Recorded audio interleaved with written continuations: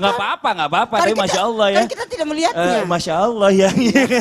Nggak mengganggu juga. Nggak mengganggu sih alhamdulillah. Tapi Enggak, deg-degan aja. mengganggu. Ustaz jangan kabur. Tapi ada yang lucu nih. Kalau kita bicara masalah tentang bulan Ramadan ya. Bulan Ramadan ini bicara masalah tentang orang-orang itu, orang-orang tua tuh kadang-kadang kan kalau ngeliat anaknya takut ke kamar mandi ya. Takut bobo sendiri, dia bilang sama orang tuanya, udah dek jangan takut. Pada bulan puasa ini, bulan Ramadan ini, semua jin-jin itu diikat sama Allah atau dibelenggu. Nah pertanyaan saya, kalau semua jin dibelenggu saat bulan Ramadan, terus bagaimana dengan jin muslim? Dia nggak bisa puasa dong karena lagi dibelenggu. Nah ini bagaimana nih? Mohon izin penjelasannya dari guru kita nih. Siapa nih kita minta penjelasannya nih? Ustadz Maulana, ya boleh. Bismillahirrahmanirrahim. Allahumma shalli ala sayyidina Muhammad wa ala sayyidina Muhammad. Alhamdulillahirabbil. Hari ini adalah puasa ke-6. Satu bentuk kesyukuran buat kita. Apakah jin muslim di bulan Ramadan ini juga dibelenggu? Mohon izin untuk menyampaikan ini bahwa yang dibelenggu ini ada beberapa pengertian dari ulama. Yang dibelenggu ini sebenarnya mencegah setan untuk menyakiti orang-orang beriman. Jadi yang digolongkan tadi sudah dibahas. Jenis-jenisnya jin itu ada yang mengganggu, ada namanya setan kan. Yang sebenarnya menurut ulama pendapat sebagian bahwa yang diikat itu ya yang pengganggu itu. Yang pengganggunya ya, aja. Tapi Jadi yang ibadah tetap ibadah. Dan berikutnya, di ini juga disyaratkan banyaknya pahala ampunan yang menyebabkan orang-orang sebenarnya dia membelenggukan dirinya dari untuk berbuat maksiat.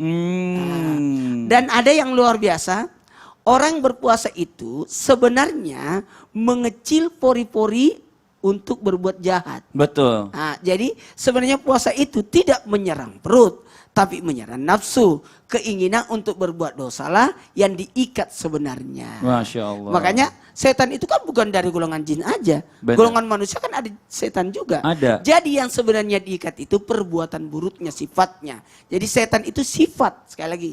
Setan itu Benar. adalah sifat. Benar. Kalau begitu gimana? Apakah mereka juga digoda? Sebagaimana tadi sudah jelaskan Ustaz Sam bahwa sebenarnya mereka saling menggoda. Artinya digoda. Menggoda dirinya. Karena mohon izin, mohon maaf. Ketika wa qala rabbuka lil malaikati isjudu li adama fasajadu illa iblis, informasi akan kedatangan Nabi Adam, makhluk yang jadi khalifah pun disampaikan. Makanya ada jin yang disebutkan tadi, Azazil, yang rajin ibadah. Rajin ibadah. Rajin ibadah. Sampai semua di muka bumi ini belum tidak ada tempat yang tidak Jadi disujudi gini, katanya ya. Jadi kalau kita berkata, aku paling banyak pahalaku, kalah kamu sama Azazil. Karena Masya Allah. semua tanah di muka bumi sudah pernah disujuti. Benar, saya pernah dengar itu juga. Sampai tidak ada lagi tempat dia. Kalau begitu naiklah ke langit. Makanya bersama-sama dengan para malaikat. Masya Allah. Bahkan disebutkan dalam satu riwayat, bahkan lebih hebatnya jadi guru para malaikat. Widih, ya Allah. Ada riwayat mengatakan seperti itu. Saking hebatnya. Mohon izin, mohon maaf tanpa menyakiti perasaan siapapun.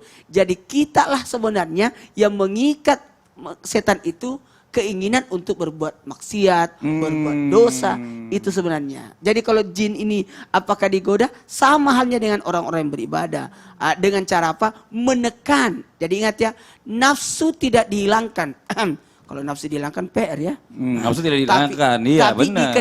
dikendalikan. Jadi sebenarnya pengendalian nafsu inilah yang disebut dengan berpuasa. Puasa artinya menahan. Betul. Menahan. Jadi puasa itu simbol bagaimana kita bisa menahan.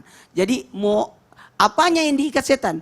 Kelemahan setan untuk melakukan penyesatan dan penyiasatan terhadap syahwat. Jadi syahwatnya sebenarnya. Bagaimana setan? Aduh, coba. Ada nggak peluang untuk kita berbuat dosa ketika berpuasa? Agak riskan sih maksudnya karena orang berpuasa itu kan mohon maaf tubuhnya mungkin agak lebih lemes ya.